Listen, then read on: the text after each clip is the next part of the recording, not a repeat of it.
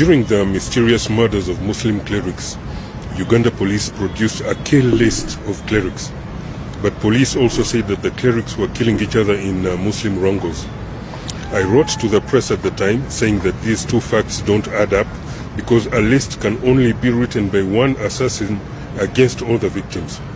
So they all can't be on one list while also said to be killing each other in some tit for tat, because then you would not have the victims from opposing factions on the same list. After we pointed that out, Police Chief Kaihura tried to get some inmates in the dead of night from Luzira Maximum Security Prison to accuse one particular cleric of the murders, so as to try and make Uganda Police's two incoherent statements mathematically logical. But the inmates refused to make the false accusation against an innocent person. Their refusal was made public in the Daily Monitor newspaper. I thus immediately knew that the serial murders of clerics was a senseless sectarian act by the state, and the late prosecutor John Gagezi, who was handling that case and was killed at that very time, was most likely murdered for knowing too much about the Museveni regime's heinous plot and then refusing to be part of changing the charges for the nth time to frame innocent people. I am not surprised at the arrest of police officer Agasire for the murder of Kagezi. He has possibly accepted to be the sacrificial lamb so that the buck does not reach General Kale Kaihura and ultimately Museveni himself, who must have authorized the whole operation from the beginning and followed its progress during his weekly intelligence briefings. He is known historically to be bigoted against Muslims, especially the Mbarara killings of 1979. So let me repeat again what I said a few years ago. If anything happens to me, it's also Museveni the culprit, because of me exposing his history of murdering Ugandans, including the abduction and murder of Ugandan elites, especially the late Chief Justice of Uganda Ben Chwanuka, Makerere University Vice Chancellor Frank Kalimuzeo, Ankole Prince Patrick Ruhinda, and Buganda Prince Frederick Wampamba. I have written repeatedly and extensively about how Amin police investigators found Museveni driving vehicle number UUU171 in Mbale, Eastern Uganda on January 22, 1973. This was the registration number that had been reported 4 months earlier by eyewitnesses of the heinous Ben Chwanuka abduction on September 19, 1972, never to be seen alive again to this day. An arrest that Museveni escaped, and he has remained a fugitive from the law to this day as well. His Fronasa terrorist colleagues were arrested back then, tried in a special military tribunal in February 1973, and those found guilty of the heinous abductions and murders of innocent Ugandan elites were then sentenced to firing squad in public after their crimes were read out to the public and to the relatives of their victims. I am saying this because Munangi Museveni could be simply smiling, yet waiting for Ugandans to forget what I said about him being the murderer. Clearly, there needs to be a judicial review on these cases, since there is no statute of limitations for the crime of murder. I would also like to state here that while His Excellency President Idi Amin established those special tribunals to try the 1972 Fronasa terrorists and Bakuondo, who were really abducting, murdering, and terrorizing innocent Ugandans for their political reasons, Museveni is here today trying to enable military courts to try Ugandans simply as a way to rule by putting fear in the hearts of Ugandans, essentially a reign of terror that his son seems to be enjoying. Thank you. Ensechuka ono mutabani wa Amin Yerumumba Amin agamba jino Museveni akola byonna byakola mutabani we asobola okweyagalira mu ggwanga lyaffe, naye ntamanyi naye mutabani wa yaliko first son okitegedde, era ono ayogera bingi nnyo eri aboogera ebikyamu ku taata we. Agamba taata yali musajja mugezi nnyo, taata yayagala nnyo eggwanga Uganda n'okusinga Jeno Museveni. Kati wabanga ye omwana wa oba first son w'omukulembeze Amin dada yayagala nnyo Uganda, era yakolera Uganda ebirungi, ali mu mbeera gy'alimu leero. Kati ate ono ng'ate wakoze bannayuganda ebikolobero bingi nga tewalina kyakoze, bannayuganda tewalina omu amwetaaga. Wulira embaga. It's great, but if you then give him or her assistance repeatedly for 40 years to get out of poverty, but he or she always comes back every year begging you for more assistance to get out of poverty, then what is the true problem here? This is the son of the former Ugandan dictator Idi Amin Dada, who ruled over Uganda for 8 years. That's from January 1971 to April 1979. His name is Hussein Lumumba Amin. He lives in Uganda, and in the early morning of August 16, 2023, he sent out a passionate tribute to his late father, who died in exile in Saudi Arabia, as he marked the 20th anniversary of his death. Taking to his social pages, Lumumba Amin wrote that, "On this day in the year 2003, I lost a true hero, and a loving father, Idi Amin Dada. But more importantly, Uganda lost the only leader who truly served this country and its people, and not himself. A leader who actually developed Uganda and made the country thrive without any help from the World Bank. A leader who also left the country without a single debt. May his soul rest in eternal peace." He then went Nenga tuweze mu reality. General Idi Amin Dada yali wa ddala. Era yakolera eggwanga ly'ennyo nnyini ddala. Buli kye yakolanga yakikolanga ku lwa bannayuganda. Tewali bye yakolanga abikola lwa ye oba ng'abikola lwa famire ye. Tuvula abaana bali mu mbeera bwetyo. Buli kye yakolanga yakikolanga ku lwa bannayuganda babeere happy beyagalire mu ggwanga lyabwe. Okitegedde? Kati abaliwo leero bo babikola lwa baana baabwe nabo na famire zaabwe na mbuto zaabwe. Nerina gye kinaggweera tutambule. ahead to advise the current leadership in Uganda and other African countries to emulate Idi Amin's foreign debt policy, saying that it's the only way through which Africans will truly become independent. That it's time to shelve all the elaborate excuses and realize that dependency is a syndrome of the weak, the corrupt, the selfish and the greedy. It is a mental slavery disease which is simply weakening our resolve as a united country and continent to fight harder for our own development and stand stronger for the betterment of the future for our own children. His tribute to his father came just 4 days after eulogizing his late mother, whom he said died on August 12, 1974. In his tribute to his mother, he took to the social networks on August 12, 2023 to write that, "On this day in 1974, my late mother, First Lady K. Adroa Amin, was attacked by 4 unknown men at her private residence, which was a flat next to Nakivubo Channel in Kampala City. She was then brutally murdered, and the body dumped 2 days later at the gate of a clinic in Kololo.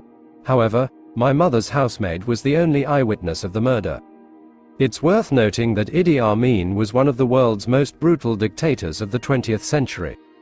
He ruled over Uganda with an iron fist and a particularly evil sense of humor, with his reign being marked by a brutality that earned him the nickname, the Butcher of Uganda.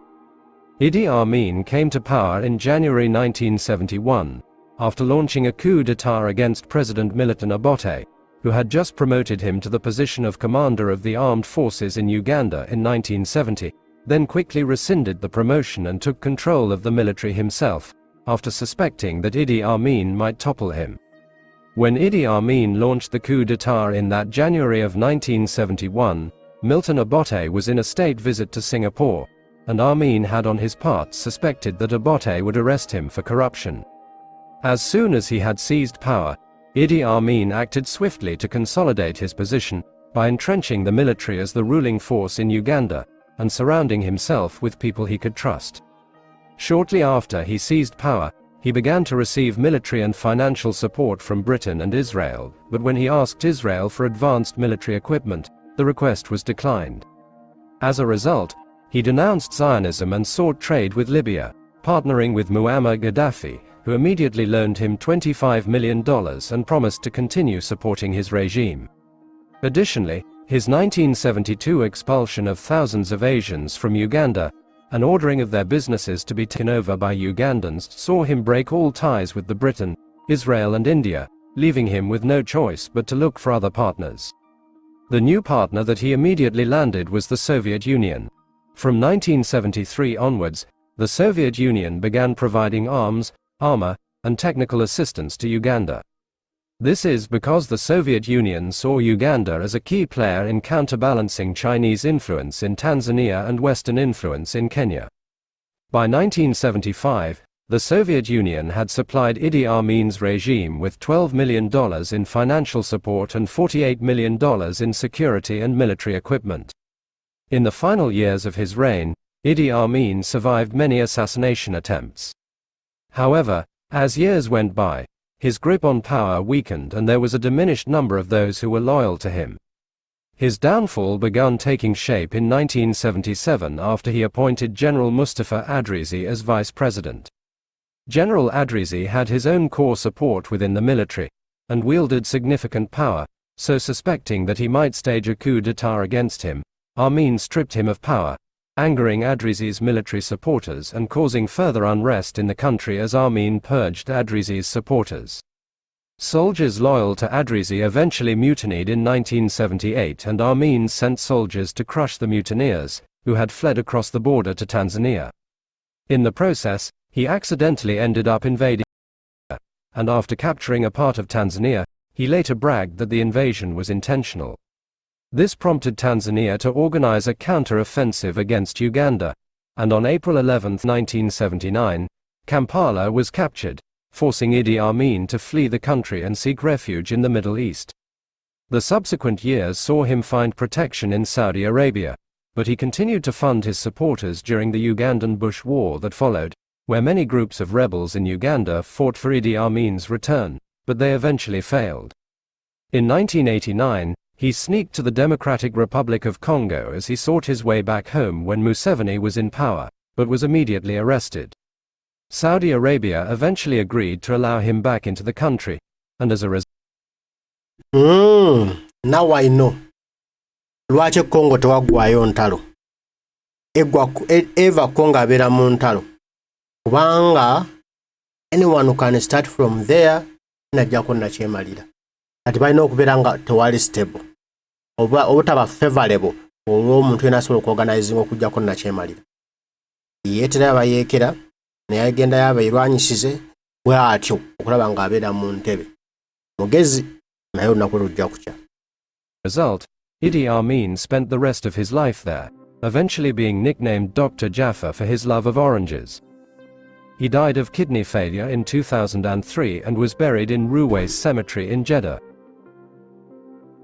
When a public opinion poll was conducted on the X platform, and it was found that 62% of Ugandans declared President Idi Amin to be the greatest Ugandan leader of all time. Many people overseas could not understand that, they could not just comprehend. So here is one of the famous actresses in Uganda, and this is what she said when she was asked her opinion about the Ugandan leader. From Idi Amin daddy, he was funny, he was dictator, he was really awful, but is there anything that you learn, in terms of his sense of humor? Him and his life. The funny thing is that me and you view Idi Amin from different light.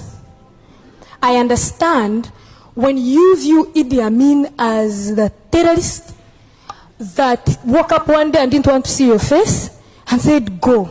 But coming from a point right now where I'm in a country where I think the citizens in that country are not getting what they want from the government, and a lot is being taken by the people that come, I view him in a different light. I love his humor, and at some point I want him to come back, believe it or not. Wow. Because he meant protection for me, for the Ugandans that were there. So it's hard for me to give you an answer that will make you go to bed happy. But I cannot crucify Idi Amin. I can't. If you look around, the developments that he put have been sustained. Yeah, so it's really, it's a double sword, yeah? I don't want to praise him for the ill that he did, but then I can't tramp over him because we have celebrations for him at home. For all those who still do not understand, this is how the Ugandan leader himself said about how he served his country. I am one of the poor leader in the world, and my intention is to work for my people, but not for me. That is the reason why you know that if you check all banks all over the world, in Europe, in Asia, in Africa, in United States of America, you will never find account belong to me because I work for the people of Uganda. I am a founder of the economic independence of Uganda. As a founder member and as a founder of the economic independence in Uganda, it will be very shame if I am to destroy my own town, capital city. They found the whole capital city is full, and they found Ginger, it is full, and therefore I directed my officers and the men of the Uganda Armed Forces not to steal, not to destroy any industry or any building, and we never. We withdraw safely. I was the last man to withdraw from the battlefield. What lessons can Africans learn from Idi Amin? Leave your thoughts on this in the comments below and don't Wafirwa Idi Amin yali takolera family ye naye teyeekolera, yali akolera bannayuganda. Abaliwo olwaleero yatugamba I'm working for my family, myself, no one else. Natugamba I'm not a servant of anybody. Sikolera muntu yenna. Eyo bwe tulina atufunawo enjawulo. Nolwekyo abeerowooza nno bakitalo nnyo basoba ba first son.